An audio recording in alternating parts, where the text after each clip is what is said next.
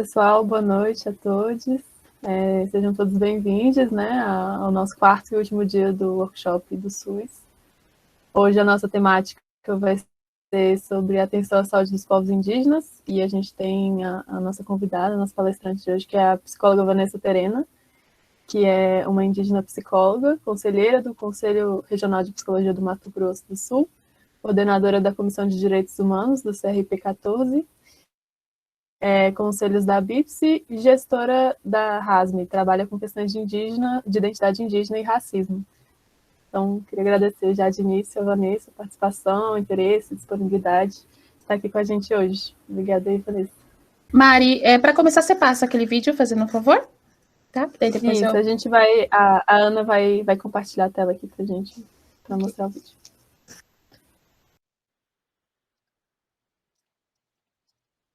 Sou Guarani Caiová, Munduruku Cadivel, Arapium Pancará, Chocota Puio Xerel, Yanomami Azurimi, Cinta Larga Caiapó, Waimiri Atruari, Tariana Pataxó, Calapalo Nambiquara, Genipapo Canindé, Amondaua Potiguara, Calabaça Arauepé, Migueleno Carajá, Tabajara Bacairi, Gavião Tupinambá, Anaseca Namari, Denichavante Zoró, Aranã Pancararé, Palicuri Garicó, Macuraca Quinaé, Matsé Zuru Uauau, Piratapuia Cuntu, Quizedê Piniquinau, Axaninca Matipu. Sou o Arina de Terena, Uianaua Palmari, Uaçucocau Arequena, Uruborá Cricati, Caapó Nautuá, Jaúbaniwa Tembé, Cuicuru Caxinauá, Naruvoto Tremembé, Puntanau Aicanã, Juma Chorá Caxixó,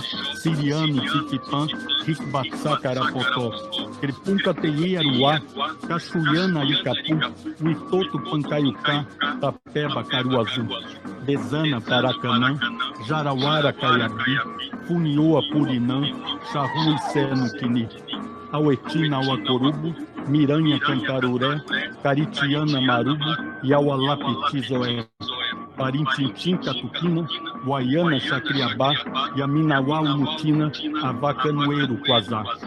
Soenau Enenauê, Chiquitano Apiacá, Manchinere Canuê, Piraanca Maiurá, Jamamadi Guajajara, Anambé Tinguibotó, Iujacambé Barara, Apará e Jiripancó, Krenak Xerente Tupina, Craotucano Trumai, Patamona Caripuna, Iscariana Uaiuai, Catuenaiana Baré, Menquimanoque Trucá, Capinauá Javaé, Carapanã Panará, Sakurabiat Cangangue, Cutiria Macuxi, Machacalita Orepang, Aripuaná Paresi, Irã Chicamba Tuxá, Tapirapé Uajuru, Meinaco Cambiuá, Ariquém Pancararu.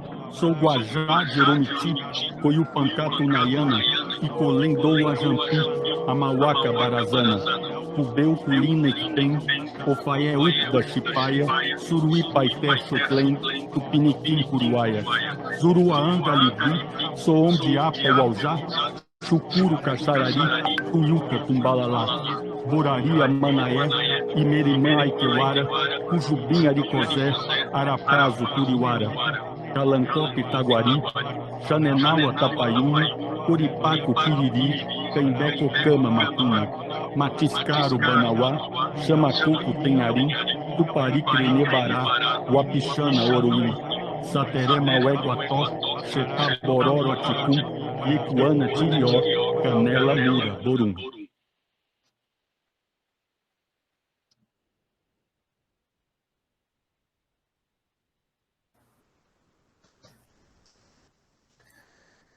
Bom, muito obrigada, Natália, né, por ter passado o vídeo. E esses são os mais de 305 povos indígenas do Brasil, né? Então, é muito povo, né? E eu não falo aqui por todos, falo em meu nome, né? Vanessa Terena. Não represento todos os terenas também. Cada povo tem a sua experiência, cada povo tem a sua história, a sua forma de ver o mundo, de ver a sociedade, de compreender o indivíduo, né? E essas formas têm que ser respeitadas. Antes de começar, eu gostaria de pedir licença para os meus ancestrais, para os meus encantados, né, para falar sobre algo que é tão precioso para a gente, né, que é a saúde indígena. E por que chama saúde indígena? Porque ela é própria, ela é específica, né, ela é voltada para os povos indígenas. E o que o povo indígena tem, os povos indígenas têm de diferente, né?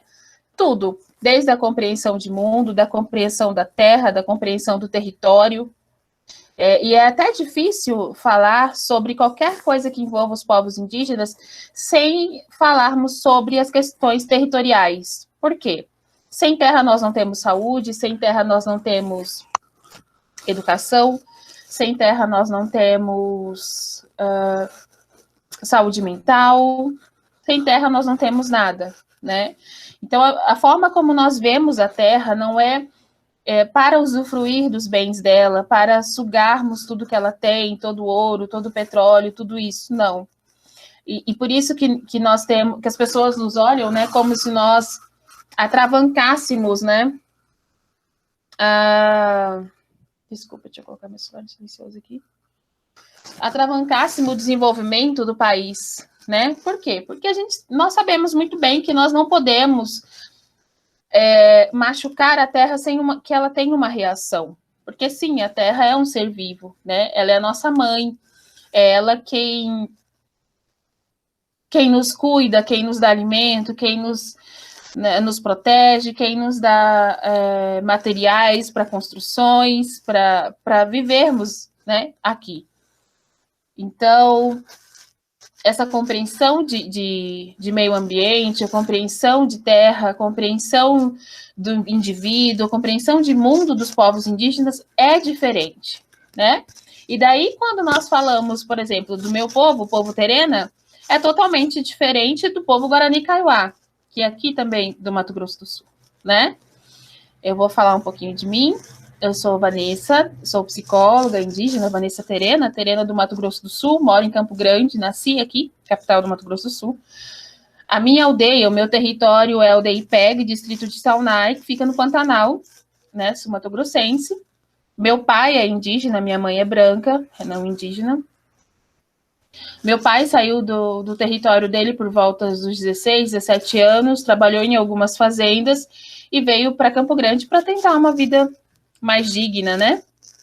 Conheceu minha mãe, logo depois eu nasci, minha mãe com 14 anos, ele também era muito novo, né? E eu cresci indo todos os anos para a aldeia, né? Tendo essa convivência com a minha avó paterna, com os meus tios, com toda a comunidade, mas ao mesmo tempo que eu cresci estando nesses lugares, eu também fui privada, por exemplo, do idioma, privada da cultura, né? Por quê? Porque meu pai, quando saiu do território dele, automaticamente ele deixou de ser indígena, né? Ele deixou de ser índio, porque existe essa mágica, né? Que quando a gente está na aldeia, a gente é índio, até hoje isso. Quando a gente sai, automaticamente a gente deixa de ser índio. Mas você não é branco, você não é negro, né? E porque, o que você está fazendo aqui na cidade? Seu lugar é lá. Você não pode sair de lá, porque se você sai, você não merece, né, ser reconhecido como indígena. Você já é uma pessoa aculturada, né? A palavra do momento é aculturado. Se você tem um celular, não, índio não pode ter celular, né? Índio não pode ter redes sociais. E isso, assim, é tão enraizado que o próprio sistema de saúde, por exemplo, o CESAI, ela não atende os indígenas em contexto urbano, né? Por exemplo, hoje, se eu morresse de Covid, por exemplo, eu não entraria para as estatísticas de indígenas. Por quê? Porque eu não estou dentro do meu território. Então, eu não seria reconhecida, né? Então, eu costumo dizer que ser indígena hoje é andar com um alvo no peito. Um alvo de invisibilização, um alvo de racismo, né? E é até difícil falar de racismo, porque racismo é conhecido como se fosse algo exclusivo do povo negro, né? E não é. Nós, indígenas, também passamos muito por isso, né? Por quê? Porque existe um estereótipo né, uma ideia do que seja um índio, aquele índiozinho romântico, caricato, né, peladinho no meio do mato, com uma pena na cabeça, né, que está lá no livro da história. Que ainda hoje essa história é contada errado para as nossas crianças. Por quê? Porque ainda falam que o Brasil foi descoberto em 1500, que os indígenas foram dizimados, né? Não foi uma descoberta, nós já estávamos aqui muito antes disso tudo. E não fomos dizimados, né? Porque senão como que nós estaríamos aqui? Praticamente 1 milhão, aproximadamente 1 milhão de indígenas no Brasil. Com mais de 305 povos, com mais de 270 idiomas e línguas, né, ainda preservados até hoje. Então, é muito difícil para alguém chegar e falar, olha, eu sou indígena. Então, eu passei a reproduzir muito racismo que eu aprendi pelo meu pai mesmo, sabe? Por quê? Porque ele queria que eu tivesse uma vida melhor, né? Ele queria que eu tivesse acesso a coisas melhores. E eu tive, realmente, né? Então, eu cresci dizendo que, índio é tudo preguiçoso, índio não gosta de estudar, né? Índio só quer saber de fazer filho. E o que são essas frases? São construções sociais, né? A maioria das pessoas reproduzem isso. Então, eu fui realmente construir a minha identidade indígena depois, nos 2 últimos anos da minha faculdade, onde eu conheci uma professora de psicologia social, onde ela começou a me incomodar um pouco. Por quê? Porque nós falávamos sobre questões sociais, muito brevemente sobre povo negro, mas, assim, povos indígenas nem passava. E nós, aqui no Mato Grosso do Sul, somos o 2º maior estado em número de indígenas. E o estado que mais mata indígenas. Então, como que a gente pode formar psicólogos que não falam sobre isso, que não pensam sobre isso, né? Que nem minimamente conhecem essa realidade. Então, eu comecei a questionar e ela, muito sábia, falou, bom, olha em volta, quantas pessoas negras tem? Tinha, acho que 1 ou 2. E indígenas? Só eu. Então, assim, se você não falar, ninguém vai falar. Porque não tá na grade, porque não tá na ementa, porque não tem ninguém que tenha vivido o que você viveu, enfim, né? Só que eu tinha toda uma coisa que eu suprimia, né? Umas necessidades, tipo, eu sempre precisei muito estar ligada à terra, eu sempre tive necessidade de estar com pessoas mais velhas. Daí você vai falar assim, Vanessa, o que tem a ver isso? Isso é a minha espiritualidade, né? Que eu negava. Por quê? Porque eu falava, eu não sou indígena, eu não sou índia, né? Eu sou descendente de índio. Índio é meu pai, eu não sou. Então, eu negava a minha identidade. Eu neguei a minha identidade até os meus 28 anos. Né? Foi quando eu comecei a pensar o que era ser uma mulher indígena, né? O que acontecia quando eu me colocava, né? Tudo bem que, por um lado, as pessoas sempre têm algo que elas esperam, né? Por exemplo, às vezes as pessoas me chamam para lives, ou antes da pandemia me chamavam para eventos, mas pediam para eu ir pintada, me pediam para ir de cocar, né? Como se houvesse uma diferença de que quando eu estou pintada e quando eu não estou pintada. Quando eu estou de cocar ou quando eu não estou de cocar. Eu sou a Vanessa Terena, independente de onde eu esteja. A minha identidade indígena, ela está comigo quando eu estou atendendo na clínica, ela está comigo quando eu estou estudando sobre algo diferente, enfim, essa sou eu, né? Mas as pessoas ainda esperam muito de nós indígenas. E geralmente esperam dentro do que elas entendem, que é ser um indígena. Que é como se a gente vivesse pintado, como se a gente dormisse e acordasse de cocar, né? Então, durante essa construção da minha identidade, foi algo muito difícil. Por quê? Porque eu comecei a compreender que os 2 grandes amores da minha vida, né, eram a psicologia e a minha identidade indígena, né? Tudo que eu me tornei. Só que elas não se conversam. A minha ciência não enxerga a minha identidade, né? é muito invisibilizado. Por quê? Porque a psicologia é branca, é eurocêntrica, né? Ela chegou no Brasil e não se apresentou aos povos indígenas, ela impôs. Tem psicólogos que aplicam HTP nas aldeias. Tem processos jurídicos, né? Com relatos de psicólogos dizendo o indivíduo não pode ser considerado indígena porque ele estava usando calça jeans, né? Então, isso tudo foi um processo muito doloroso para mim. Porque como que eu podia me construir sendo que a minha ciência me apagava? Então, eu poderia continuar negando a minha identidade, ou eu poderia fazer com que a psicologia, com que a minha ciência sentasse e ouvisse os povos indígenas, né? Então, no último CNP, que é um evento que acontece a cada 3 anos, né, da psicologia, junto às eleições, ali, as chapas do federal e tudo, eu conheci outros indígenas do Brasil, né, e nós começamos um movimento de chamar psicólogos indígenas para conversar, né, para ver que psicologia que está sendo feita nos territórios. Por exemplo, para vocês terem uma ideia, tem uma psicóloga no DICEI aqui, que ela atende cerca de 7 mil indígenas. 7 mil indígenas. Que tipo de psicologia que chega nessas aldeias que ela passa? Né? Então, desse encontro surgiu a ABIPSI, que é a Articulação Brasileira de Indígenas Psicólogos, da qual eu faço parte, né?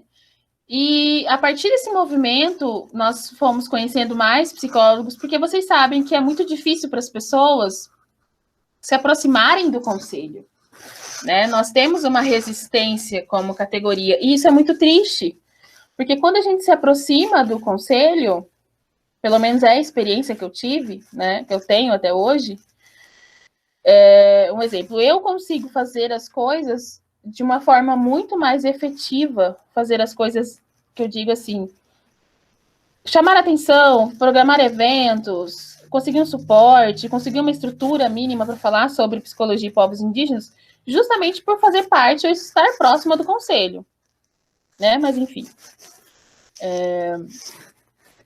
Então, eu construí a minha identidade indígena nos 2 últimos anos da faculdade. Logo depois fui convidada para fazer parte da chapa aqui do Mato Grosso do Sul. Eu sou a primeira mulher indígena conselheira, infelizmente, né?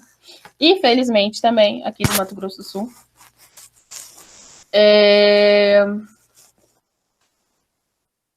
E a minha luta é sobre identidade indígena e sobre racismo, né? E daí lembrando que o racismo ele também atinge a nós. Por exemplo, os Guarani Kaiowá aqui em Dourados, eles são chamados de rasga-saco.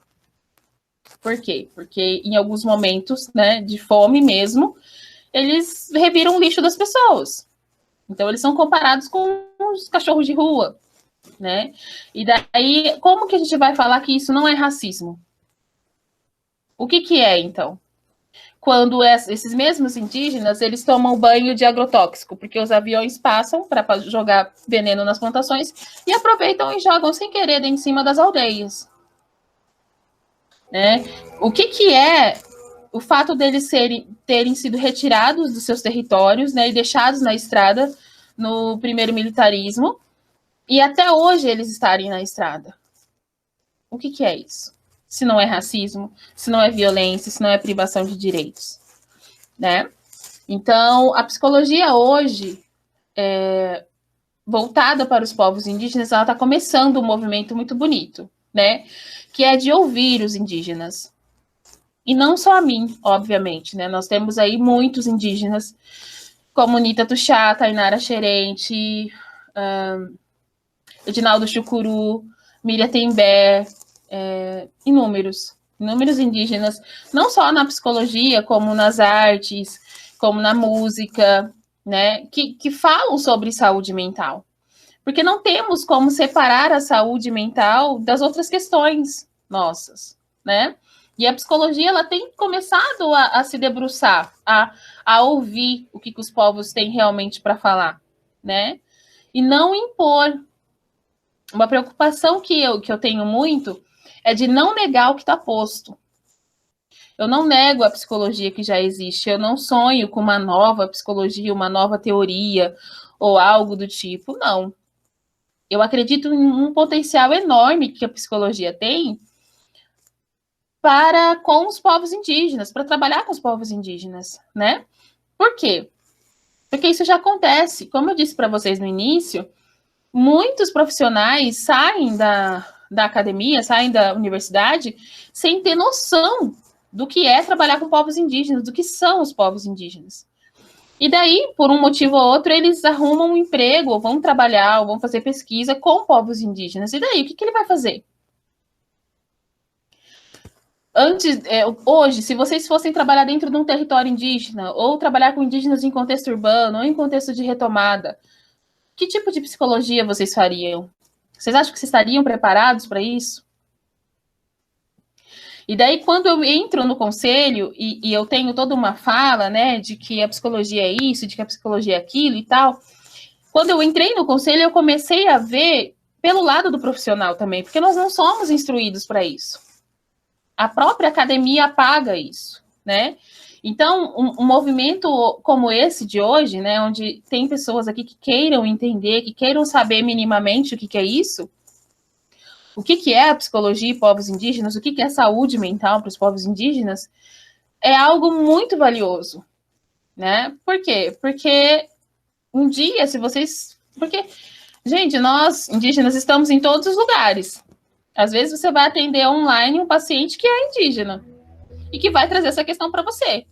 Ou você vai estar lá num posto de saúde atendendo, você vai topar com indígena. Ou você passa num concurso, vai trabalhar na CESAI e vai trabalhar com indígena. E daí? Né?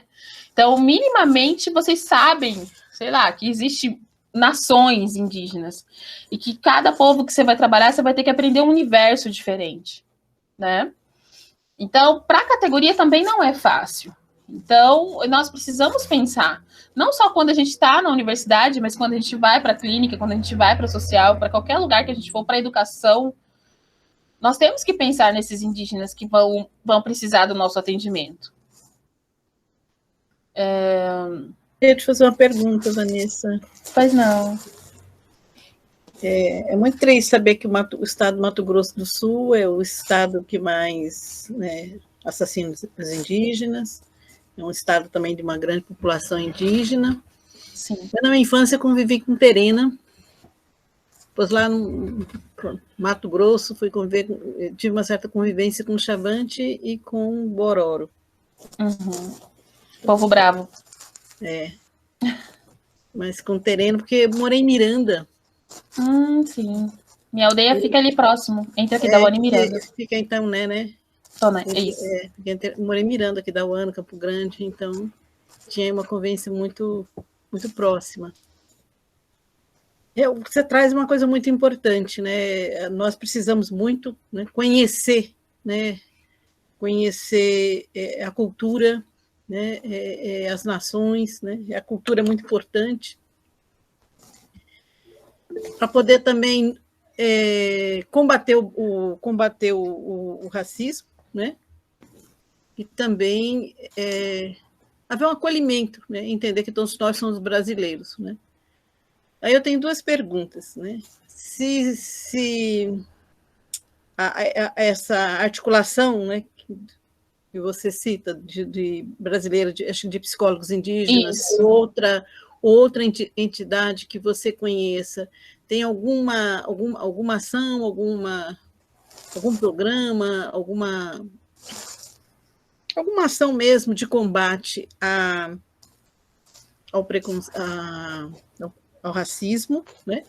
Uhum. E gostaria de saber se sua atuação na psicologia ela está mais voltada para a clínica mesmo. Tá. Eu também tenho um filho, né, que é a RASME, que é a Rede de Apoio à Saúde Indígena, e a RASME, ela oferece atendimento gratuito para indígenas. Nós temos um grupo de psicólogos que são voluntários, então a gente organiza as demandas e organiza esses psicólogos, eles passam por treinamento, né, básicos, desde por que fala índio e por que fala indígena, né? O que é o movimento indígena no Brasil e por que tem... A gente pensa sobre tudo isso para que eles possam chegar minimamente preparados para essas demandas, né? E um dos nossos projetos é trabalhar focado na questão do racismo, né?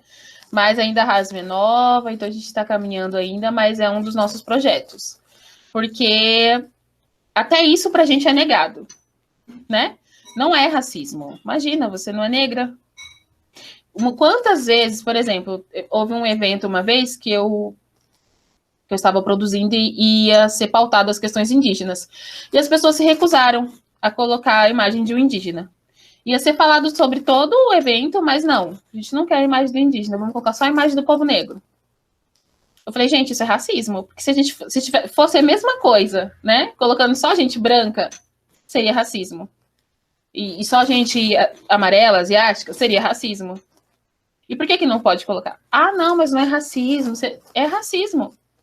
Então, eu tenho muito essa coisa de ajudar os meus parentes a entender o que é racismo e o que não é. Por exemplo, quantas vezes em fim de palestra chegava alguma colega de professor e falava, nossa, você é tão bonita, você não parece índia, você fala tão bem, você é tão inteligente, você nunca tinha conhecido uma índia assim. Por que o indígena não é inteligente? Porque ele não faz 2 faculdades, porque ele não tem um mestrado, porque ele não tem um doutorado? A minha avó era a mulher mais sábia que eu conheci na vida. E ela nunca passou perto de uma escola, né? Então, existe todo esse preconceito, existe todo esse estereótipo, que é um dos nossos projetos, né? Para a gente conversar sobre isso. Então, aguardem, futuramente. A outra pergunta foi o quê? Desculpa. Se sua atuação na psicologia é da clínica. Sim. Logo que eu me formei bem recente até, me formei em 2018, é a minha segunda faculdade, eu fui já para a parte política mesmo, né, de ver por que a gente não fala, tem de estar participando do conselho, de por que o CREPOP não fala, por que o CREPOP não publica, cadê a referência técnica, né, de toda essa questão política. Nesse último ano, eu comecei a atender na clínica, né, e a Rasme nasceu também, então a gente está fazendo essa clínica mais acessível, mais próxima dos povos indígenas, né? Mas na minha atuação é bem recente na clínica. Bem nova. E é muito triste também a gente ver essa realidade, né? Porque, infelizmente, nós somos formados para clinicar. Como se não existisse um psicólogo dentro da escola, como não existisse um psicólogo dentro dos hospitais, né? E daí, quando vocês saem da faculdade, vocês falam, gente, o que eu vou fazer? Vou mandar fazer 1000 cartões, vou alugar uma sala e vou atender. Como se não existisse um leque de oportunidades que onde gente, aonde tem humano, a psicologia tem que estar presente, né? Seja na parte do trabalho, tudo, a psicologia está presente. Então, não se limitem. A clínica é boa, é ótima, uma experiência muito boa, eu tenho gostado. Mas a psicologia não pode ficar presa dentro de uma sala. Ela precisa, a gente tem que parar de ser uma ciência de elite, né? Uma profissão que as pessoas sempre pensem que é caro. Por que é caro você pagar uma sessão, por exemplo, tá? De R$100, e não é caro você pagar um combo de vodka com energético 150? Por que é caro? O que é caro? O que é valor? Né? Então, vocês, como futuros profissionais, vocês têm que pensar nisso também, né? E daí? É só a clínica que eu quero? Ou eu quero trabalhar em outras coisas, ou eu quero tentar psicologia do esporte, tem tanta coisa nova, tanta coisa acontecendo lá fora, sabe? Saiam dessa caixinha que a universidade nos coloca. A psicologia é muito mais do que isso. Natália tá com a mãozinha erguidinha. Oi, Vanessa. Oi. Eu fiquei pensando muito nisso que você disse, assim, que a CESAI não atende indígenas em contexto urbano e que, enfim, né, que essas políticas têm um molde de um indígena muito anacrônico, assim, né. Aí eu queria perguntar, assim, como que você imagina que seria a construção ideal, assim, de uma política de saúde para indígenas, assim, né? Tipo, como que podemos melhorar, né? Quais caminhos seguir? Gente, o último pensamento que houve, assim, coletivo, foi a criação da CESAI, e antes disso, a criação da... Ai, gente, como é o nome daquilo que a gente tem e não usa? Não vou lembrar agora, mas é o documento que fala sobre a demarcação de território, que foi assinado lá em 1987, onde dizia, tem todos os direitos lá, Constituição, porque a gente usa tão pouco, né, a gente respeita tão pouco, que eu nem lembro muito bem assim. A Constituição foi aprovada, tal, dizia que os territórios deveriam ser demarcados no máximo de 3 a 5 anos, isso já faz vai fazer 34 anos, aproximadamente 87, 88. E depois disso foi a criação da CESAI, que dizia sobre como deveria ser a saúde indígena e tal. Depois disso, nós temos muito pouco progresso, né? As pessoas sempre falam, porque o governo atual, né, é um risco para os povos indígenas. Não. A invasão é um risco, né? A invasão já nos matava em 1500. Nunca houve no país um governo que governasse 100% pensando na gente. Nunca. Tá? E nunca vai haver. Por quê? Porque, como diz o atual... A pessoa que está na presidência, nós estamos sentados em cima das maiores riquezas que ainda restam nesse país, né? Então, isso, nenhum governante de Estado vai pensar na gente. Não vai.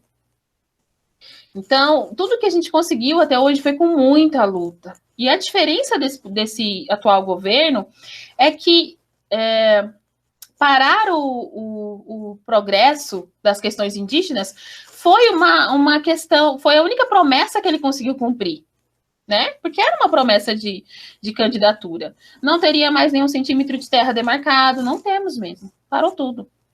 Muito pelo contrário ainda, ele quer revisar os que já foram demarcados.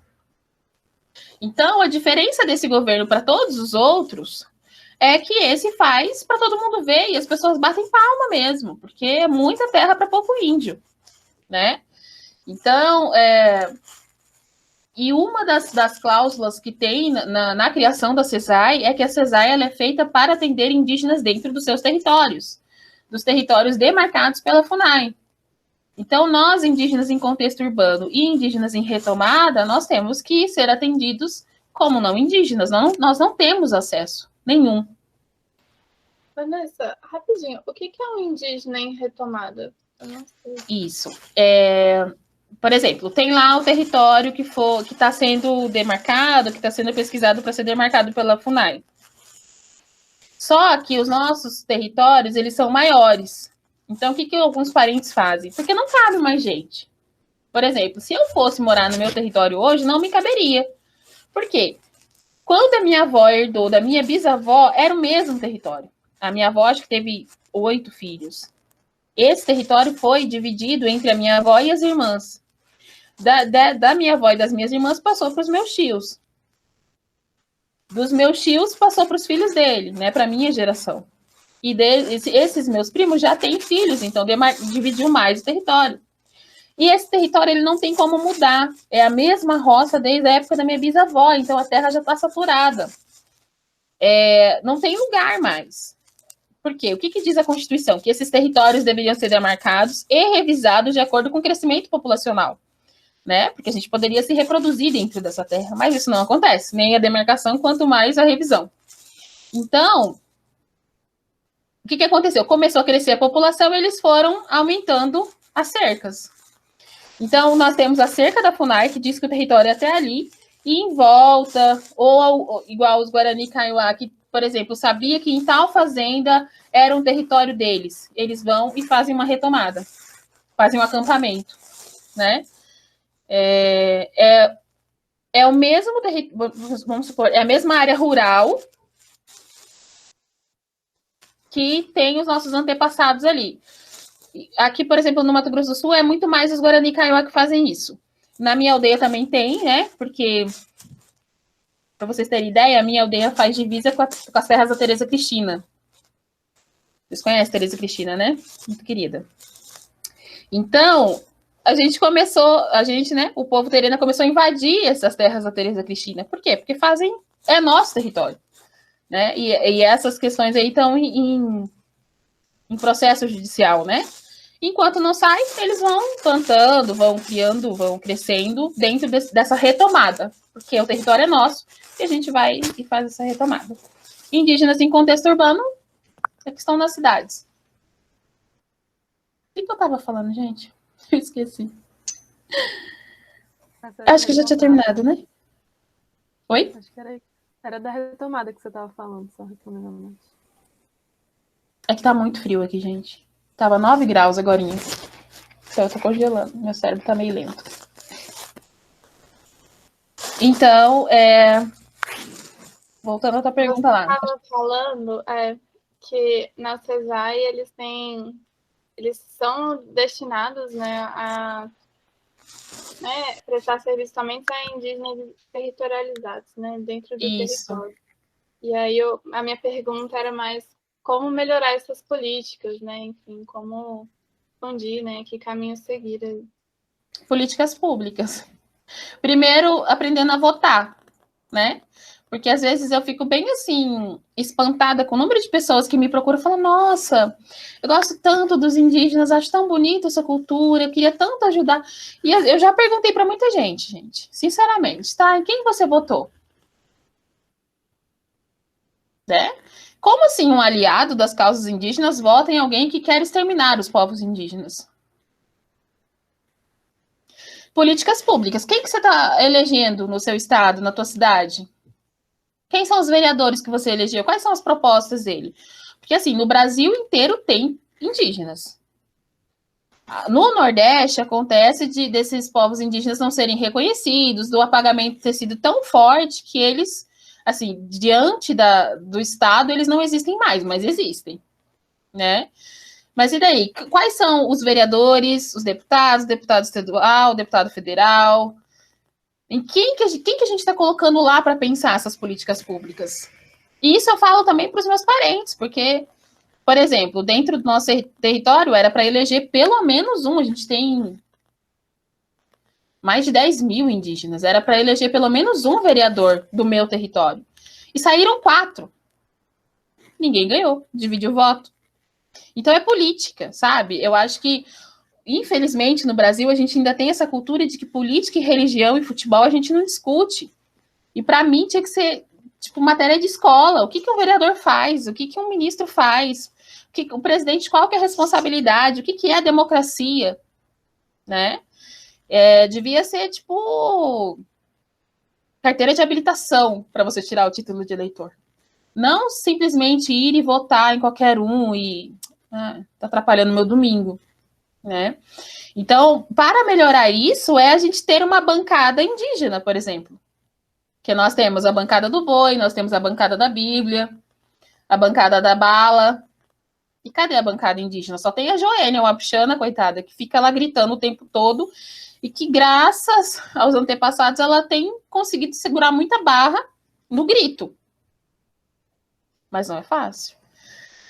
E é isso. É política pública, é representatividade, é indígena na política, é indígena nas escolas, é indígenas tomando os lugares todos. Indígenas que saibam quem são e que lutem pelo povo.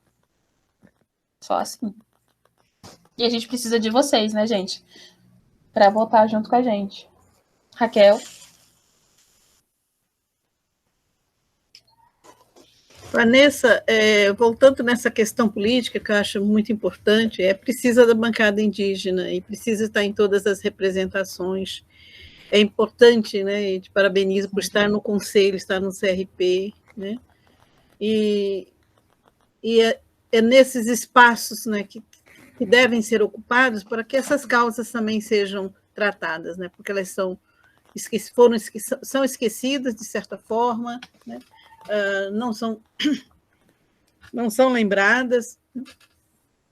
E acho que a questão da educação é uma questão fundamental. Se, pelo menos, no nosso processo educacional, a gente tivéssemos conhecido e sido preparados, conhecendo a nossa história, talvez os adultos de hoje teriam uma outra visão, é um caminho a percorrer.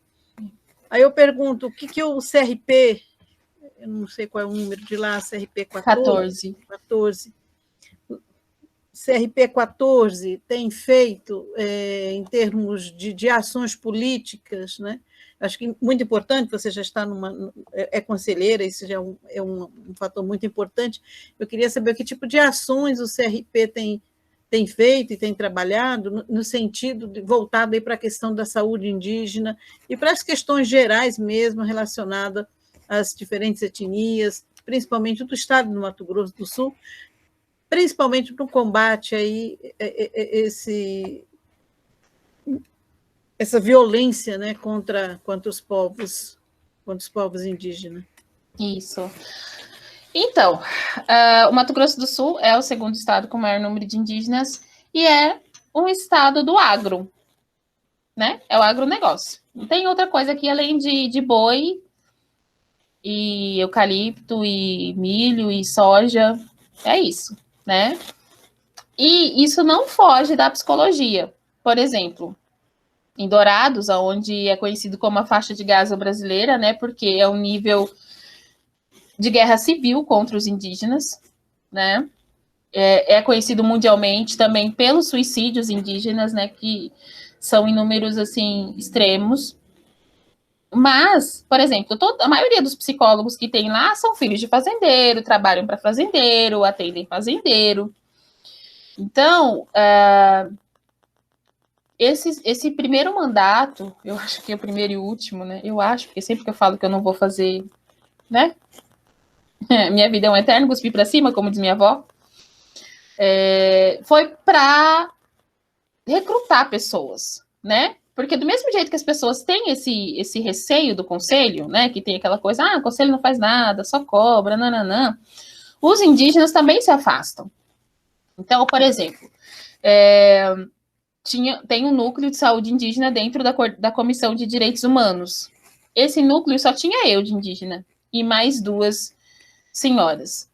E agora nós já estamos aproximadamente com 5 a 7 psicólogas indígenas aqui do Mato Grosso do Sul, se aproximando, né? Se colocando para discutir. E daí a gente tem que enfrentar o quê? Se você faz um evento presencial ou online de psicanálise, vai dar 500 pessoas. Que fale de direitos humanos, vai dar no máximo 15. Né? Psicólogo não gosta de falar de direitos humanos, gente. E isso é assustador. Por quê? Porque a gente trabalha com humano. A gente também vai perpassar pela privação de direitos, seja o tema que for, seja violência contra a mulher, seja violência contra a criança, tudo isso é direitos humanos. Só que os psicólogos, e isso, gente, é no Brasil inteiro, não gostam de falar sobre direitos humanos.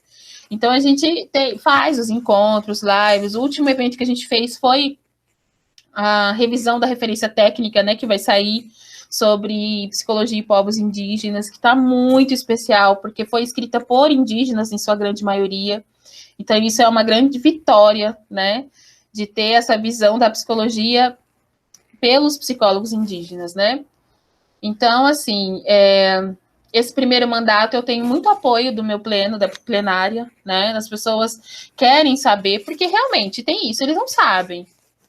O psicólogo não sabe. Isso, então, é chamar, é se aproximar, é conhecer liderança, né? É falar, olha, eu tô aqui, vamos chegar perto, vamos conhecer o cacique tal, vamos conhecer o cacique tal.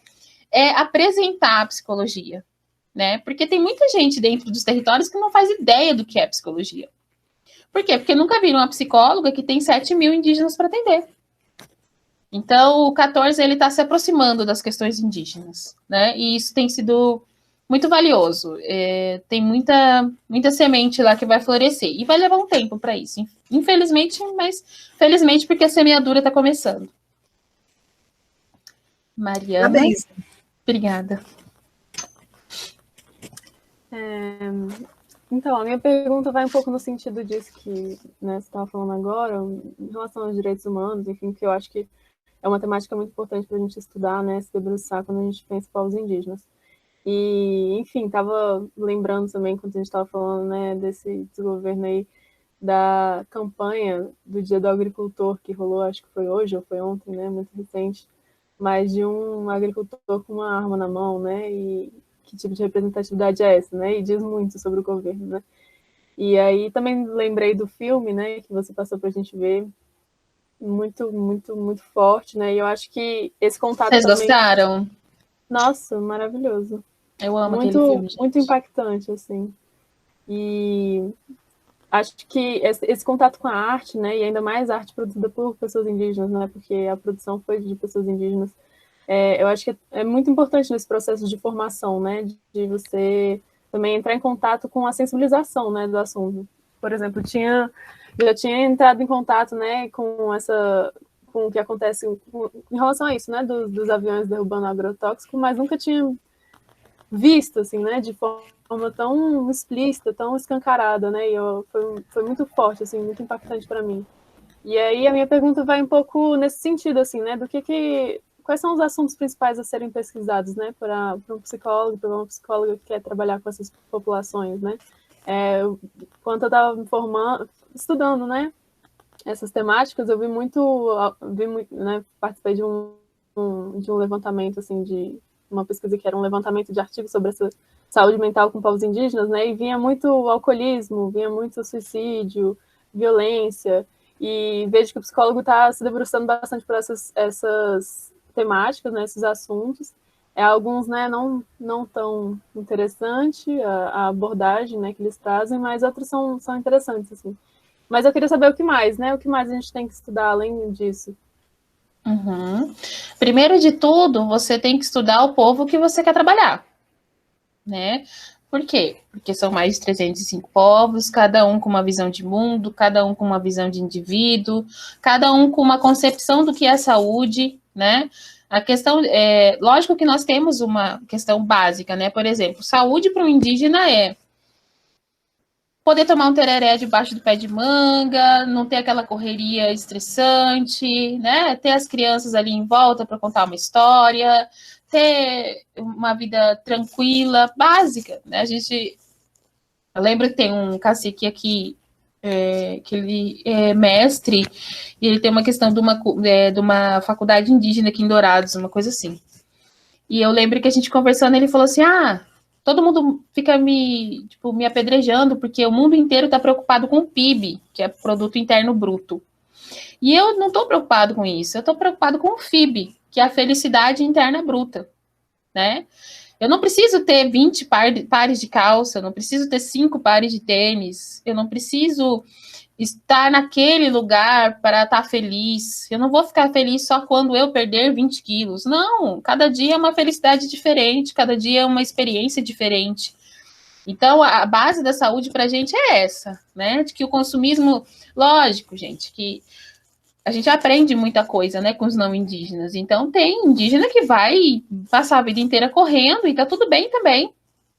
Né? Se em algum momento ele conseguir entrar em contato com os antepassados dele, com a cultura do povo dele, maravilha, mas se ele conseguir levar a vida assim também, cada um tem uma escolha. Tem indígenas em Roraima que criam gado, né? Tem indígenas que estão aí na luta, na justiça, porque eles querem criar gado e plantar soja dentro dos territórios.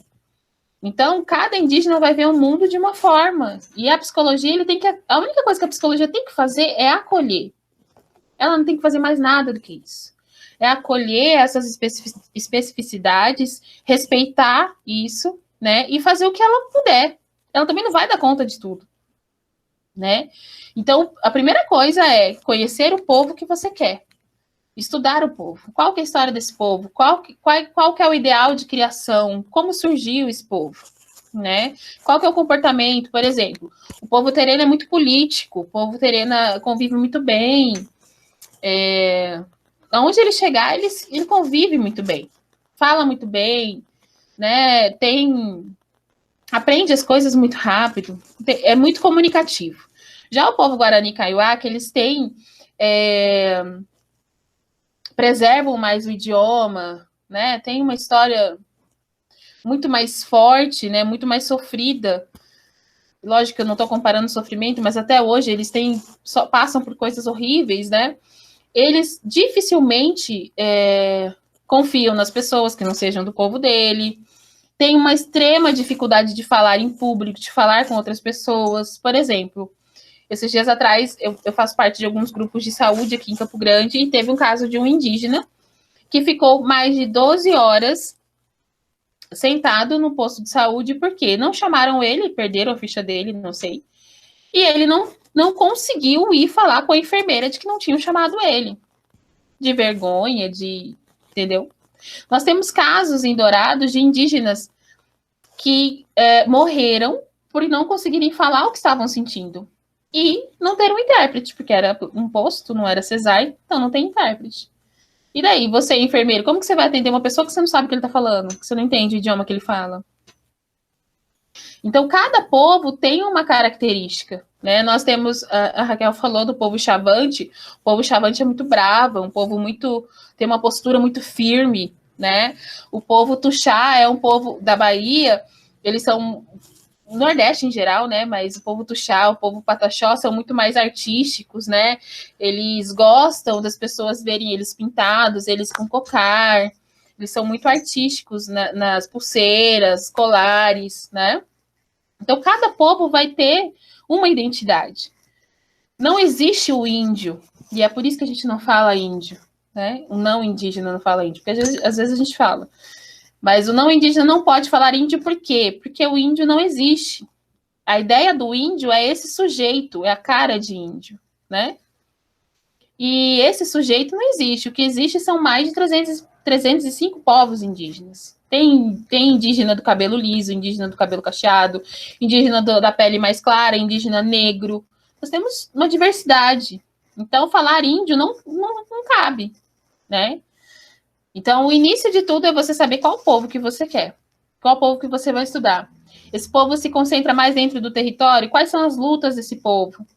Esse povo tem uma educação indígena forte, uma saúde indígena forte? Ele está mais na cidade? Ele está mais nas retomadas? Ele está mais no território? Aonde que esse povo está? O resto, depende também quem fala, né? Porque, infelizmente, ainda existe muito a prática de falar sobre indígenas, qualquer tema, e serem pessoas brancas, né?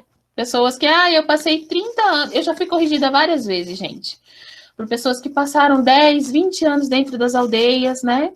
E que acham, que pensam, eu não estou generalizando, mas pessoas que acabam tutelando a gente, né?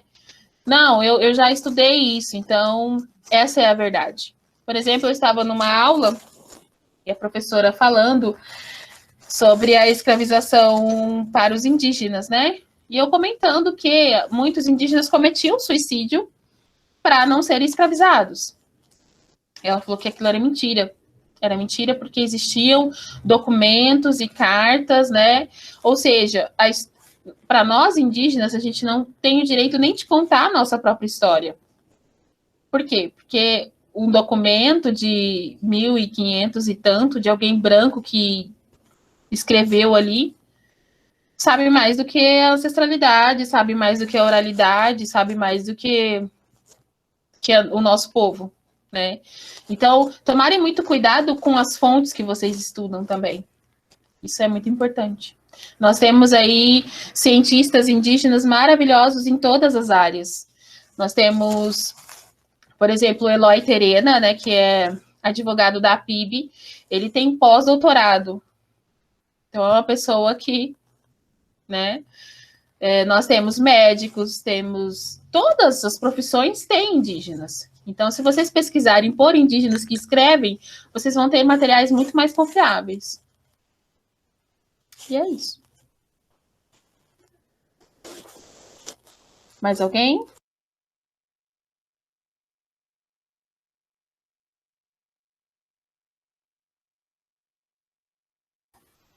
Se você quiser dar continuidade àqueles tópicozinhos lá, né? Enquanto o pessoal vai formulando mais perguntas. Só um momentinho. Uhum.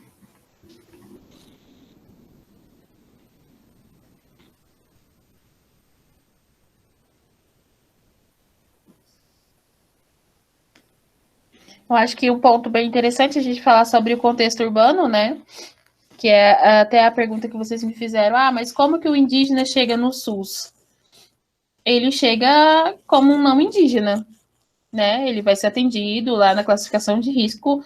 O fato dele ser indígena não altera em nada o seu atendimento, não muda em nada. Ele é mais uma pessoa como todas as outras. Ele tem a sua identidade automaticamente apagada, né? Não tem... Salvo alguns... Por exemplo, eu conheci uma pessoa que é responsável por um posto de saúde aqui em Campo Grande e que ela tinha todo um treinamento com os funcionários, porque funcionava próximo, né, de uma aldeia urbana, então eles eram capacitados, às vezes tinha uma preferência e tal, mas nada que seja regulamentado, né? A gente tem muito problema aqui, por exemplo, a UBS quer fazer preventivo dentro da aldeia. Muito provavelmente as mulheres não vão. Por quê? As mulheres querem ser atendidas por mulheres. Se você não tiver um contato, por exemplo, conhecer alguém indicar aquele atendimento, ter uma rede dentro do território, mesmo que seja urbano, não vai ter adesão, né? E daí as pessoas falam assim, é porque ela é relaxada, porque ela não se cuida, porque tá aí de graça e não quer fazer. Tá, gente, mas é tranquilo fazer um Papa Nicolau?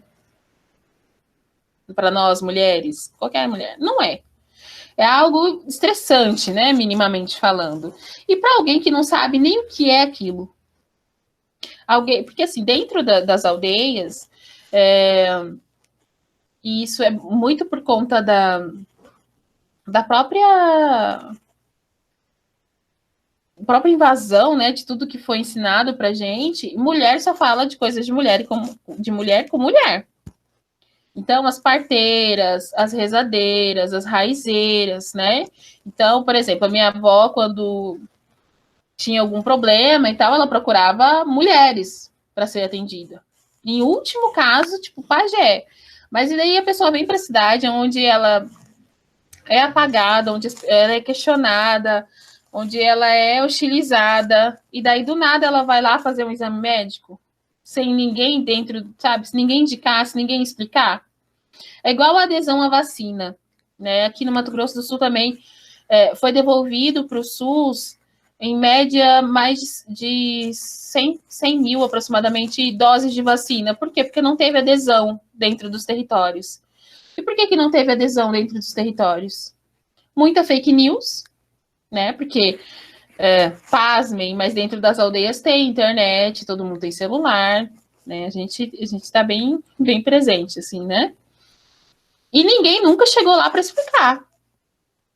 Não houve uma conscientização, né? Então, muita gente se negou a tomar. Assim como não indígenas também. Mas e daí teve uma grande rejeição, e o que acontece? Mas ele não tomou a vacina porque ele não quis. Então, a nossa parte a gente fez, né? Mas e daí? Será que fez? Será que teve um trabalho de conscientização? Será que alguém foi lá falar no idioma dele, de uma forma que ele foi entender? Ou não? Tá, a vacina aqui, toma se quiser. Então, por exemplo, uma das grandes dificuldades, né, dentro dos territórios é o próprio transporte. Todos os meses vai uma quantidade de dinheiro para colocar combustível na ambulância, né, que leva o pessoal mais grave da aldeia para a cidade mais próxima. Chega dia 15, dia 20, não tem mais gasolina, não tem mais dinheiro.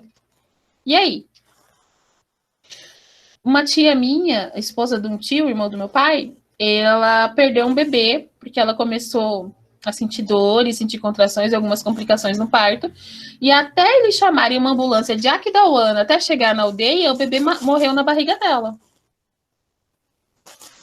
Então, a privação de direitos na saúde, ela acontece tanto dentro dos territórios quanto fora. Questões de água potável. Tem muitas aldeias aqui no Mato Grosso do Sul que não tem caixa d'água. Na última manifestação que a gente foi aqui na CESAI, em Campo Grande, tinham mais de 50 caixas d'água quebradas, porque estavam expostas ao sol, não cuidaram. E aí? Por que essas caixas d'água não foram distribuídas? Né? Então, assim como o SUS, os G6, né, que são os distritos, a própria CESAI, eles teoricamente são muito lindos, são muito bem estruturados, né? Mas a política que acontece dentro desses sistemas é muito complicada. Por exemplo, nós não temos um indígena dentro do CESAI, que seja responsável na CESAI. E deveria ser o mínimo, né? Porque a pessoa pode ter o melhor curso, as melhores experiências, mas ela não vai saber o que acontece dentro do território. Melhor que o indígena. E nós não temos. Nós temos uma pessoa que trata muito mal, que diz que não precisa daquilo, né? Que tem uma resistência e um histórico assim. Se ele for contrariado, a última aldeia que vai ser atendida vai ser a sua. Ameaças, né? Coisas bem ruins. Então, dentro do território a gente passa por isso, e fora do território a gente não existe. Não chega no SUS. Se você chega, ninguém vai perguntar para você se você é indígena, se você não é,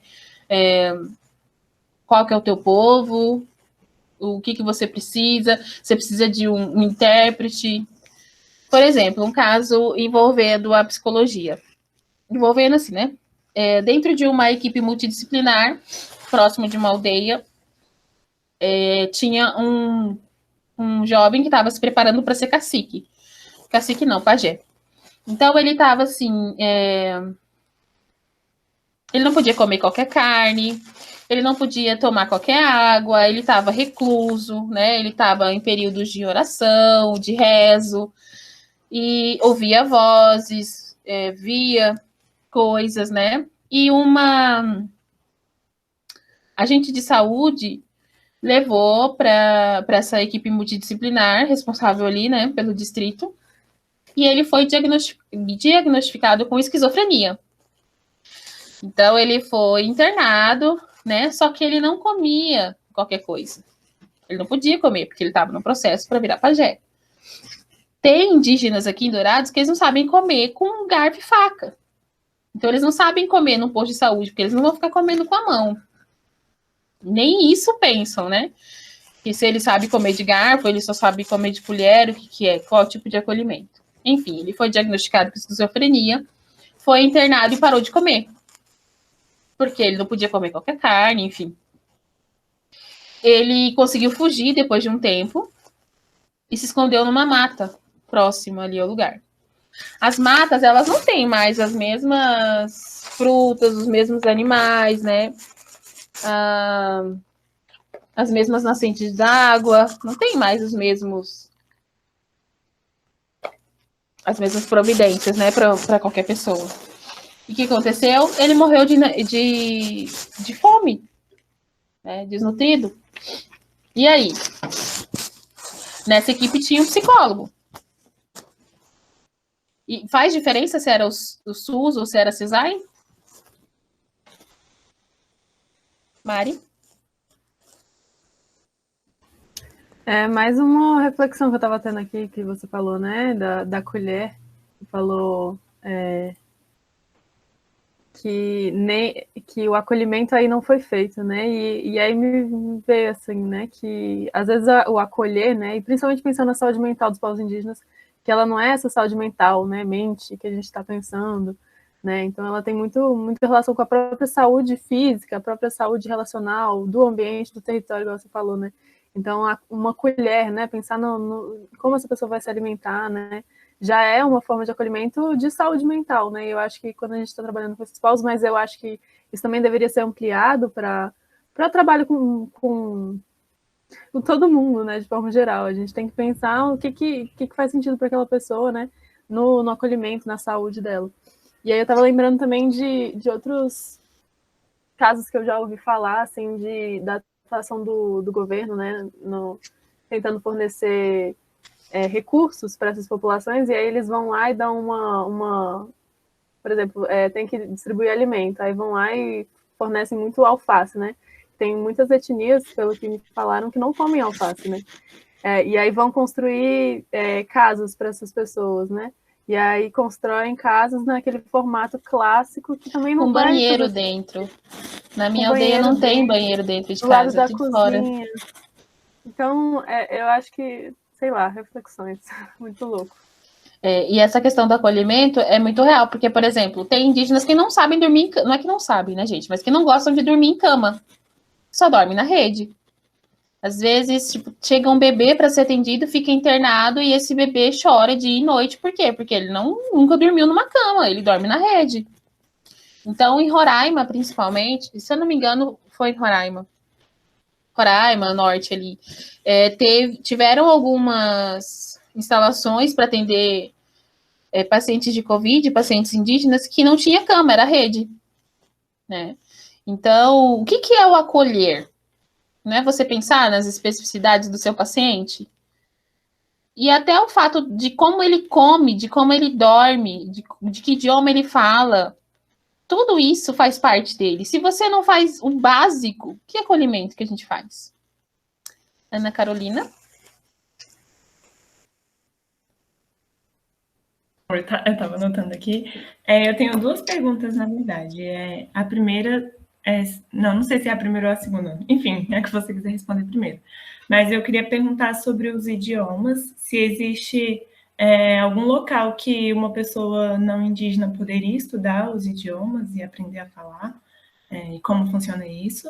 E a segunda coisa que eu fiquei refletindo muito também sobre a nossa psicologia e a nossa psiquiatria, assim, que existe um número muito grande de transtornos que estão pelo menos que estão descritos ali, né?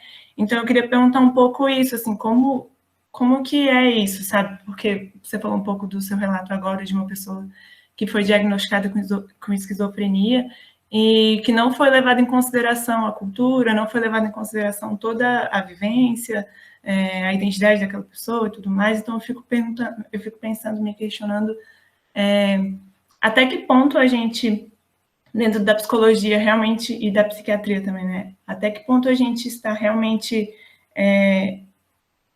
tendo, de fato, esses transtornos mentais, ou até que ponto a gente está utilizando isso, talvez, para rotular as pessoas, ou talvez para colocar um diagnóstico que não existe de fato. Eu não sei, assim, o meu questionamento é mais nesse sentido, sabe? Até que ponto a nossa ciência está realmente colocando as pessoas em locais que elas não deveriam estar, assim, sabe? Não sei se eu consegui fazer a pergunta tão bem feita, assim, mas acho que é isso. Vou tentar responder. Por exemplo, no Instagram tem muitas páginas de parentes que oferecem cursos de Guarani, de Caigangue, então sigam indígenas, né? Não vou lembrar de nenhuma agora, mas tem sim, sabe? Tem professores que dão aula, assim, de idioma, daí depende qual idioma que você vai querer aprender. Gente, eu acho tão arriscado o diagnóstico, tanto para indígenas quanto para não indígenas, né? É muito assustador a necessidade que as pessoas têm de diagnosticar e de serem diagnosticadas em alguns casos também, né? Eu já tive pacientes assim que chegavam, olha, eu sou isso, isso, isso e isso. Tá, você tem laudo? Não, é porque eu procurei na internet, vi os sintomas, os comportamentos, então eu tenho isso, né? E isso é assustador, né? Porque a gente não tem nada, a gente passa por momentos onde todo mundo tem ansiedade, onde todo mundo passa por momentos de depressão, momentos, né? Eu acho muito arriscado. E o que complica nas questões indígenas é que a psicologia atual, ela não leva em consideração a espiritualidade de um indígena. Então, por exemplo, se eu falar para minha psicóloga assim, que eu tenho extrema necessidade de andar descalço, de estar em contato com a terra, de falar com os passarinhos, de abraçar árvores. E aí? Louca? Né? Vamos olhar no CID qual que é o transtorno que ela tem. Que ela ouve vozes, que ela conversa com a chuva. Por exemplo, se chegar um indígena e falar que precisa dançar um toré, ou que precisa fazer um rezo com o rio, ou que passou o domingo inteiro conversando com o rio e que está se sentindo melhor, porque o rio trouxe um conforto para ele, e daí? Então, a psicologia e, obviamente, os profissionais da psicologia precisam levar em consideração, e não só com os indígenas, sabe? Levar em consideração a espiritualidade. E quando eu falo de espiritualidade, eu não falo de religião. Eu falo da necessidade de todos nós termos algo sagrado. Muita gente me pergunta, qual que é a tua religião?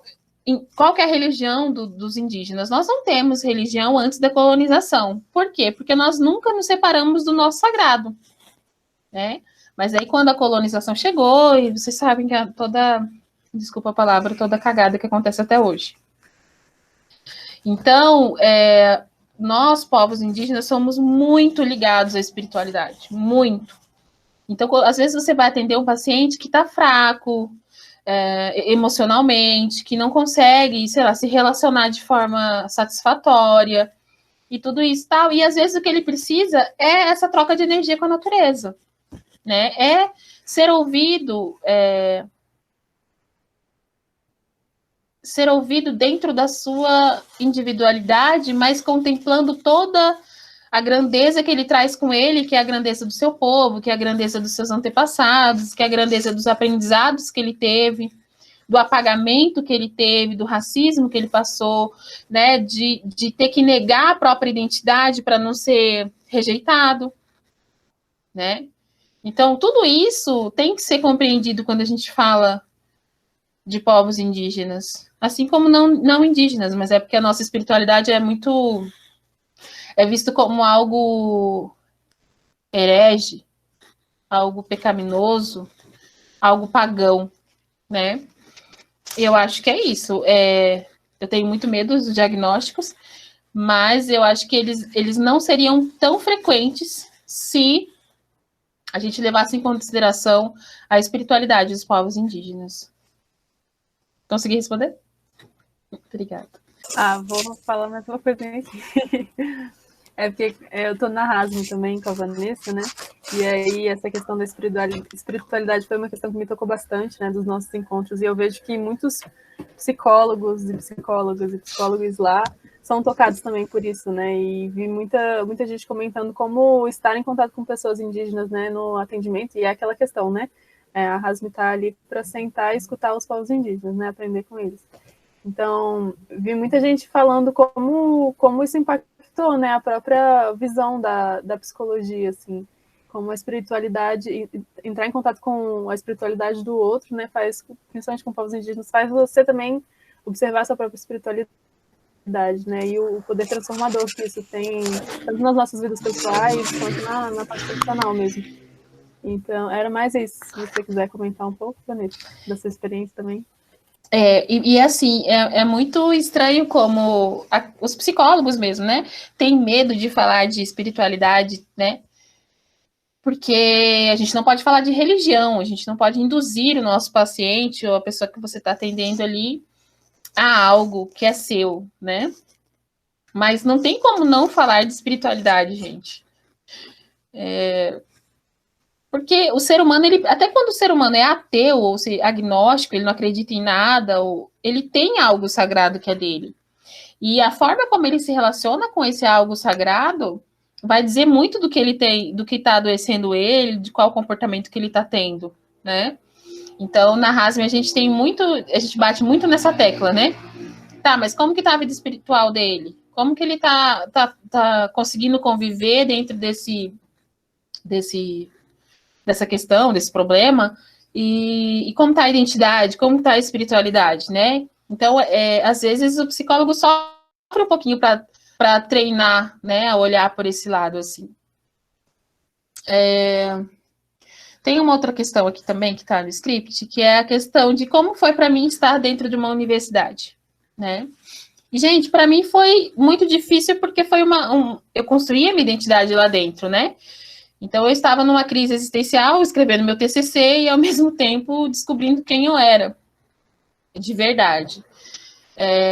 Mas, assim, eu vi muito sofrimento dos outros indígenas, Por exemplo, tinha uma garota que eu conheci, Guarani Kaiowá também.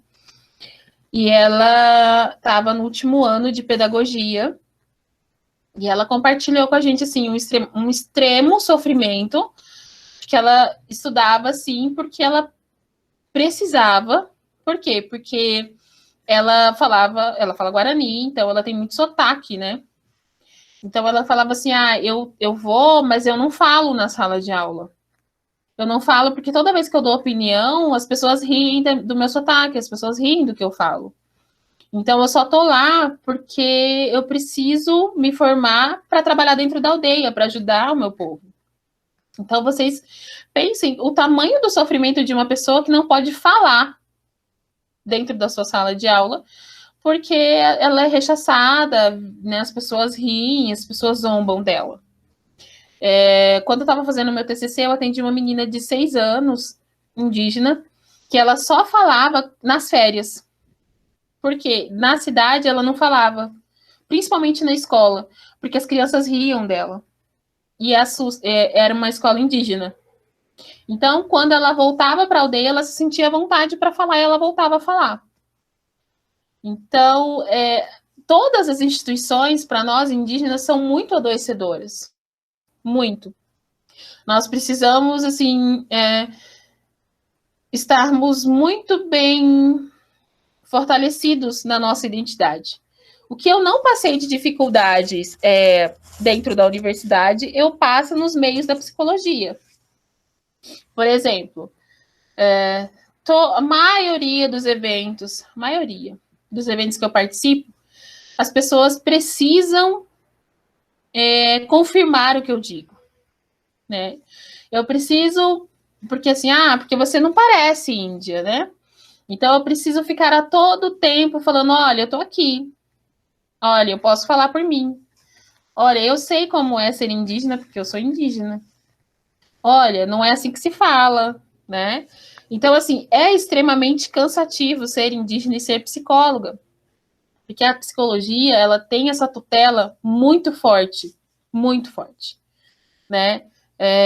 Porque a maioria dos colegas ainda não se acostumaram de que a gente está aqui, né? E a maioria dos psicólogos indígenas também, às vezes, tem receio de impor, né? De falar, olha, eu tô aqui, eu posso falar, né? Então, o que eu não passei por dificuldades dentro da universidade, eu passo nos meios da psicologia. É cansativo, né? Mas é algo necessário, né? Porque eu sempre reclamei dentro da universidade que nós não tínhamos representantes, que nós precisávamos de representatividade, que aquilo tinha que ter alguém para discutir. E hoje eu sou essa representatividade, né? Eu sou essa pessoa que tento, da melhor forma possível, alcançar o maior número de pessoas para falar coisas básicas, porque as pessoas não sabem.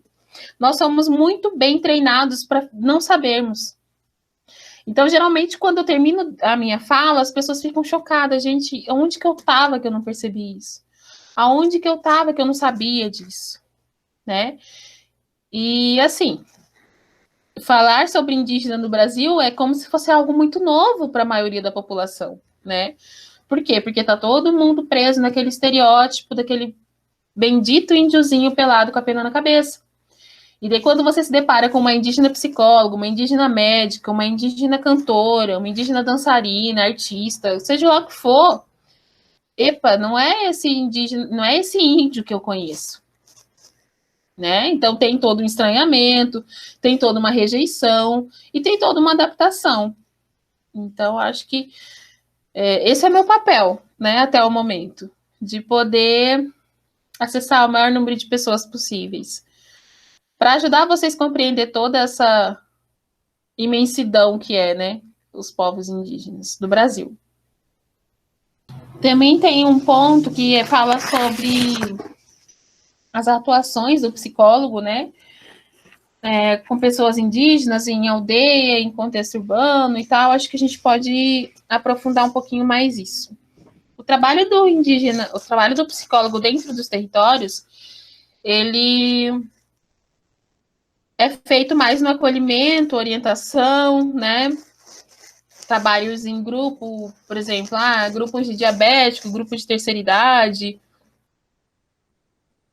algumas demandas específicas de suicídio, vai depender muito do território onde você está, né?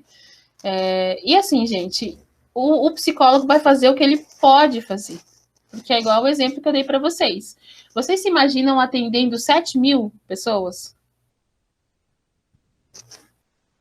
Né? Isso é desumano, tanto com as 7.000 pessoas que precisam do atendimento, quanto com esse psicólogo, que não foi nem instruído o que ele tinha que fazer, né? Os psicólogos, dentro das retomadas, também vão passar por esses... Se ele puder atender essas retomadas, porque, como eu disse, a retomada não é reconhecida pela CESAR, então também não tem esse atendimento. E os indígenas em contexto urbano vão encontrar o psicólogo para serem atendidos como não indígenas. Então, assim, políticas públicas, questões específicas para indígenas a gente tem dentro dos territórios. Fora dos territórios é como se a gente não existisse. E eu acho que é isso. Consumam literatura indígena. Eu sempre indico os livros da editora Pachamama, que eu conheço, né? Não conheço, na verdade. Eu atendo a editora-chefe, né? Pela Rasme. Ela é uma indígena puri. E eu sei as exigências que ela tem com todos os livros que ela publica. Então, são produzidos por indígenas ou com relato de indígenas. Ailton Krenak já lançou livro pela Pachamama, acho que o último livro que foi Daniel Munduruku, Márcia Cambeba, Ailton Krenak, tem muitos, né, autores indígenas. Consumam artes indígenas de indígenas, conheçam indígenas de todos os povos possíveis aí nas redes sociais. Tem indígena que é influencer digital e mora no Xingu. Então, são coisas assim que vocês vão aprender muitas coisas legais. Quem quiser me seguir no Instagram também tem muito material legal, é Vanessa Terena. E aí nós temos a Rasme, tem a Bipsy, tem muitas páginas. Nós temos muitas páginas também que falam sobre gênero e diversidade indígena, né? Indígenas trans, indígenas lésbicas, gays, né? Porque também tem no imaginário, né, social de que nós não temos, só existe índio hétero, né? Muito pelo contrário. E é isso. A Tanise.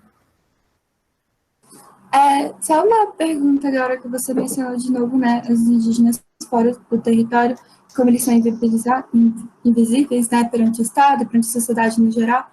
Mas eu fiquei pensando também, assim, tipo, se existe algum... Não sei, assim, é difícil pensar também, né, em todas as cidades, mas, tipo, alguma mobilização indígena, tipo, de encontrar esses indígenas, né, que estão dentro fora do contexto territorial e, não sei, assim, se eles precisam de rede de apoio, eu não sei, assim, tô pensando, assim, tipo, porque eles são invisíveis, mas, assim, como é que eles vivem de verdade, sabe? Tipo assim, como é que... É muito estranho você falar só, tipo, de invisibilidade deles, né? Mas não, eu aposto que eles não são, assim, simplesmente parados, né? Eles devem ter algum tipo de mobilização, não sei. É só uma pergunta, assim, sim. Por exemplo, aqui em Campo Grande, nós temos a primeira aldeia em contexto urbano, né, do Brasil. Então, nós temos a aldeia Marçal de Souza, nós temos mais, acho que 4 aldeias. O que são essas aldeias? São famílias que vêm dos territórios morar na cidade e acabam morando junto, morando perto um do outro, né? E criando como se fossem territórios aqui. Só que são pessoas que são invisibilizadas, por quê? Porque tem muita gente que me pergunta, aonde que tem índio aqui em Campo Grande? Eu nunca vi um índio aqui. E somos mais de 16.000, só em Campo Grande. Então, é invisibilizado por quê? Porque trabalha dentro das cozinhas, porque trabalha na casa. Todo mundo tem uma bugrinha, né, que ajuda em casa, como se bugrinha fosse um elogio, né? Todo mundo, a funcionária da minha amiga, a funcionária da minha mãe é indígena, é índia, né? Invisibilizado por quê? Porque eles ficam, final de semana, eles ficam entre eles, né? E porque eles são índios mesmo, ninguém gosta. Todo mundo gosta de índio dia 19 de abril. Só, né? Abril é uma loucura, né? Porque todo mundo lembra do índio, mas acabou abril, acabou também as lembranças. E assim, é porque você tem que pensar esse indígena de uma forma natural, não o mesmo. E dentro dos territórios tem esse indígena dessa construção que a gente tem, sabe? É porque aqui é muito breve, assim, para a gente desconstruir todo esse estereótipo que a gente tem. Porque provavelmente a visão de índio que você tem, tipo, é muito surreal imaginar ele vivendo sozinho na cidade, né? Mas ele tá nas universidades, ele tá em todos os lugares. Só que o que acontece? As pessoas começam a dizer tanto que aquele não é o lugar dele, que ele mesmo acaba dizendo que ele não é índio. Ele acaba negando a identidade dele. Então, eu já conheci várias pessoas assim, que, nossa, você é indígena? Ah, eu sou. Tipo, e já tava ali conversando há horas e tal, e aquilo ele apaga a própria identidade dele, né? Porque a primeira pergunta, você é índio? Sou. Nossa, mas o que você está fazendo aqui?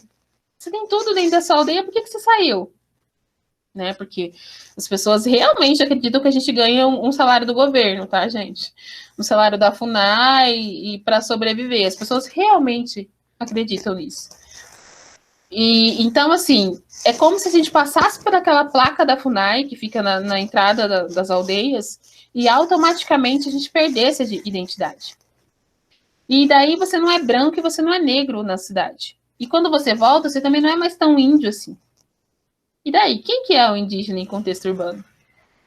E essa identidade, esse limbo que a gente vive, vai ser uma das grandes questões que vão destacar a psicologia brasileira. Porque como que... Gente, o Brasil é o único país que nega a sua origem indígena. Se você vê uma propaganda de turismo do Paraguai, por exemplo, ele fala de todas as belezas, de tudo isso e tal. Paraguai, um país indígena. Na Bolívia, se você perguntar sobre indígena, eles estranham. Por quê? Porque eles são indígenas, não tem outras, sabe? A maior parte é indígena. E o Brasil não. O Brasil, ele se enaltece, né, como o país da miscigenação. Olha, o país da mulata, o país da mistura das raças. Tá, a mistura de raças, ela vem do quê? Da teoria do embranquecimento. O que é a teoria do embranquecimento? Nossa, eu sou branco, sou maravilhoso, então o negro e o índio, eles não são nada, então eu vou melhorar a raça deles. O que eu vou fazer?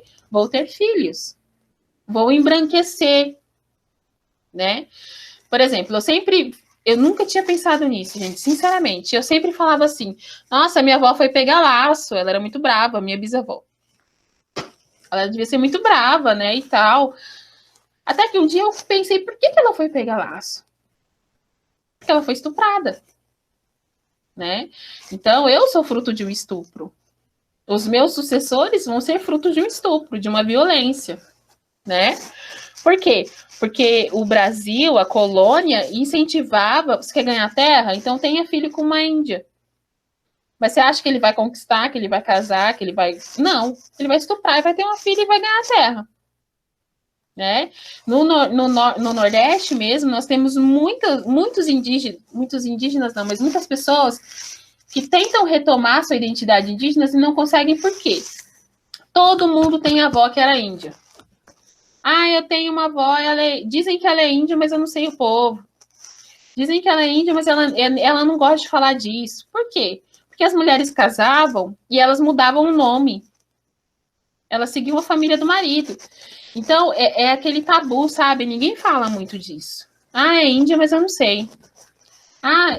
Existe uma vergonha. Então, o Nordeste, ele teve as suas raízes literalmente apagadas, né? As raízes não, as raízes estão reflorescendo. Mas, assim, os povos, né? Tanto que lá tem estado que não tem homologado, né? Não tem declarado povos indígenas. Por quê? Porque fizeram questão de apagar esses povos, né? Fazendo isso, trocando nome, estuprando as mulheres, que daí dá filhos que já não são tão índios assim, e vai misturando, e a gente acaba se gloriando de que o Brasil é um país da miscigenação, e esquecendo que a mãe do Brasil é uma mulher indígena, que foi estuprada. Raquel? Desculpa, eu esqueci de abaixar. Vanessa, exatamente quando você falava sobre essa questão, mas você já tocou no assunto que era o embranquecimento, porque a gente fala muito do embranquecimento, mas muito mais voltado para a questão dos afrodescendentes, né? Mas não foram só com eles, foram com os indígenas também, né? Então, é um lado também que precisa ser mais colocado, como você fala do racismo, né? E são coisas muito estruturais da constituição desse país, né? Uma constituição torta, né? E bem colonizadora, mas ainda há um apagamento, né? E isso está muito claro aqui na sua fala, um apagamento muito grande em relação às questões relacionadas aos indígenas. A gente vê que hoje já de certa forma, em relação aos afrodescendentes, as pessoas pretas, isso já está mais colocado, já tem mais debate. Eu acredito também que é um caminho, né, que esteja sendo também aberto, né, para os povos indígenas, porque, de certa forma, as ações afirmativas necessárias também foram acontecendo, né?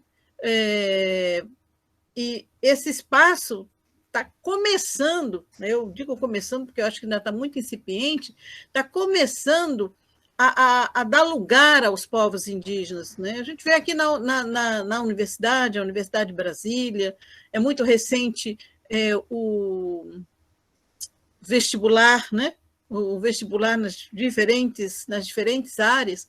Eu vou aproveitar para fazer um relato. Um período eu estive num cargo administrativo da universidade, que é como nas universidades são chamadas de pró-reitorias, aqui é decanato, de assuntos comunitários, que atende à comunidade universitária em vários aspectos. E logo depois de um processo seletivo indígena, né, e uma estudante foi muito mal recebida no curso de medicina da UNB, e me procurou enquanto decana, né?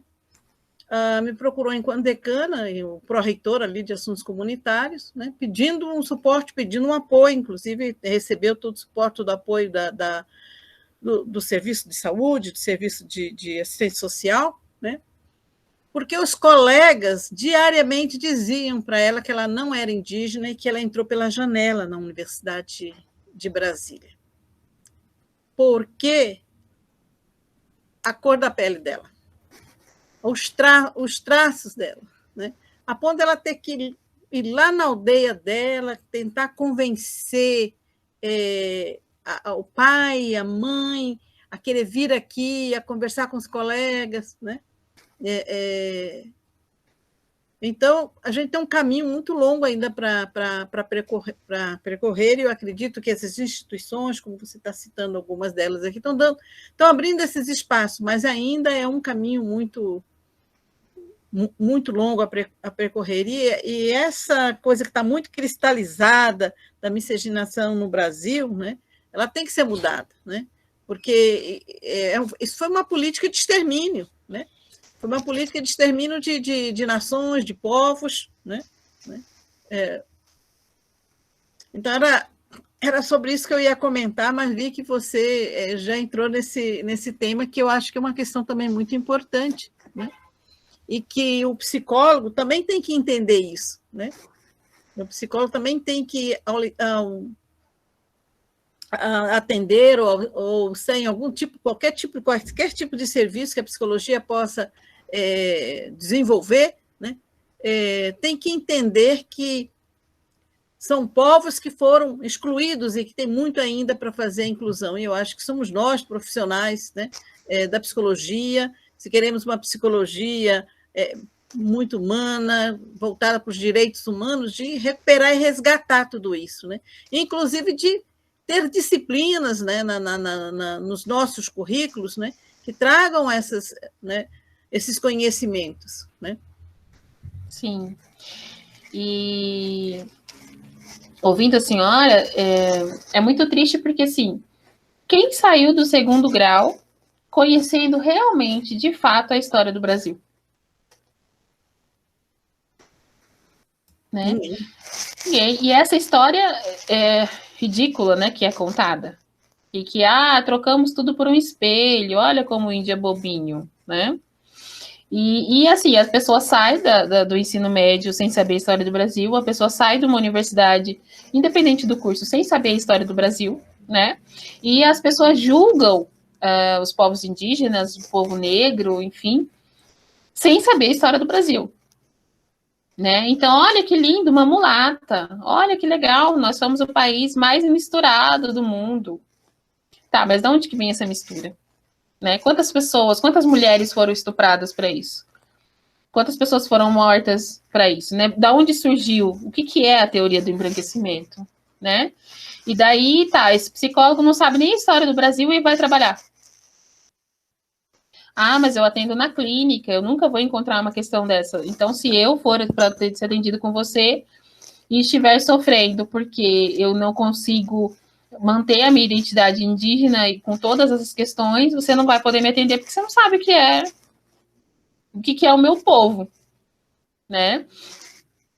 E é muito complicado, né? Porque também, por outro lado, nós somos muito bem treinados para não ter interesse sobre essas coisas. A gente se interessa muito mais, por exemplo, com a queima daquela estátua do Borba Gato.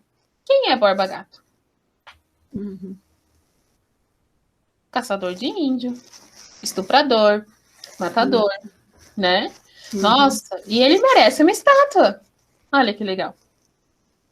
Quem é Galdino? É muito triste, né? O indígena Galdino, que foi queimado em Brasília. Em Brasília, é uma vergonha para nós. Não, e as pessoas, os assassinos, são policiais federais, estão viajando o mundo, não cumpriram nem um terço da pena. E por que uma estátua de um assassino, de um estuprador, de um bandeirantes, incomoda muito mais as pessoas quando ela é queimada do que o indígena que é queimado vivo? Ele é queimado vivo, né? É com essa sociedade que que a psicologia tem que estar preparada para trabalhar. Eu achei interessante que você traz essa questão do pego no laço, que é uma expressão horrível, mas ela é tida, né? Sim. E é muito... Ela está registrada de várias formas, né? E também até no na nossa cultura impregnada disso, e você traz o real significado dela, né? Que também não é de violência sexual, né? Então, isso eu achei muito importante. Falar sobre povos indígenas é falar sobre violência, né? Porque quando eu estou contando a minha história e as pessoas precisam validar ou invalidam, as pessoas... e quando eu falo as pessoas, isso não está acontecendo aqui, tá, gente? Mas em muitos lugares as pessoas se sentem no direito de acharem que sabem mais da minha história do que eu mesmo. Né? Nós não temos o direito de contar a nossa história, nós não temos direito de usar a nossa fé. É extremamente errado você adorar o sol. Por que é errado eu cultuar o sol? Por que é errado? Por que é errado eu cultuar o rio e não é errado matar o rio? Por que é errado eu precisar estar ligado à terra, andar descalça, ter o contato com a terra, e não é errado contaminar a terra com mercúrio? Por que eu não posso ter a minha espiritualidade? Por que eu preciso ter uma religião? Eu posso acreditar em Oxum, posso acreditar em Jesus, posso acreditar no Rei Sol, posso acreditar na Lua, posso acreditar no que eu quiser. Por que eu não posso falar o meu idioma? né? Quando para os meus ancestrais eram proibidos de falar o meu idioma, mas hoje a sociedade exige que eu fale o meu idioma, senão eu não sou indígena. Por que que as pessoas esperam que eu tenha cara de índio, mas a miscigenação veio lá desde a colonização? Eles misturam a raça deles com a minha e eu sou obrigada a ter cara de índio. Por que que eu tenho que estar dentro do meu território quando o Estado não me dá a opção de estar dentro do meu território? A RASME trabalha hoje com um grupo de indígenas em retomada. São pessoas que sabem que tem a sua ancestralidade indígena, que sabem que é descendente indígena, mas que muito provavelmente não vão conseguir saber de que povo são, de que local são, né? Por quê? Porque foi tão apagado, o genocídio foi tão forte, que elas sabem que tem. Mas ninguém fala, ninguém comenta. A pessoa que sabia morreu, a avózinha que era indígena tem Alzheimer. São pessoas que precisam compreender essa espiritualidade, compreender a sua identidade e saber que são vítimas genuínas do genocídio e ainda são obrigadas a se sentir culpadas. O Brasil não somos todos indígenas, entendeu? As pessoas não gostam dos indígenas, as pessoas gostam do xamanismo. O que é o xamanismo? Ayahuasca, essa ideia do o índio é tão bonzinho, o índio tem essa visão holística, o índio é amante da natureza, o índio, ele é o médico, o indígena, ele é a psicóloga, o indígena é o paciente, o indígena é o que planta, é o que colhe, o que vende. Vamos parar de idealizar e de romantizar, sabe? Não existe potira, não existe Tainá, não existe nada disso. Existe existe mais de 305 povos, quase 1 milhão de indígenas, todos diferentes, né? Então, acho que a psicologia, ela precisa tirar essa visão romântica, essa visão de 1500 e compreender os indígenas aqui, agora, dentro dessa loucura que se chama Brasil. E é isso, gente. Muito obrigada. Imagina, eu que agradeço. Bom, a gente está quase dando horário, né? A gente tinha marcado 9 horas. Acho que a gente pode tirar esses últimos 5 minutinhos aí para agradecer. Vou dar início, né? Obrigada aí demais, Vanessa. Foi muito, muito bom o encontro de hoje, né? Quando a gente estava planejando, né, trazer esse workshop, surgiu a ideia da gente trazer, né, o próprio grupo estava no nosso planejamento, né, mas de qualquer forma, dentro do workshop do SUS, a gente resolveu trazer a saúde indígena, né, e foi muito bom trazer uma pessoa que é indígena, né, para falar com a gente. Acho que isso é essencial. E para ver na sua fala que, né, é isso, né, a gente precisa de representatividade, a gente precisa não de outras pessoas falando pelos indígenas, mas tem essas pessoas que podem falar, vamos convidar essas pessoas, né, então agradeço demais aí. Eu que agradeço. Continuem assim, querendo beber da fonte, né? Tem muita gente para contar a história, e uma história mais linda que a outra, né? Basta a gente querer estar disposto a ouvir. E que bom que vocês estão dispostos a ouvir. É muito bom ver esses rostinhos lindos, assim, tão novinhos, né, Raquel? Tão inexperientes, vão. Tem tanta coisa para aprender ainda, tanta coisa para se frustrar, tanta coisa para se apaixonar.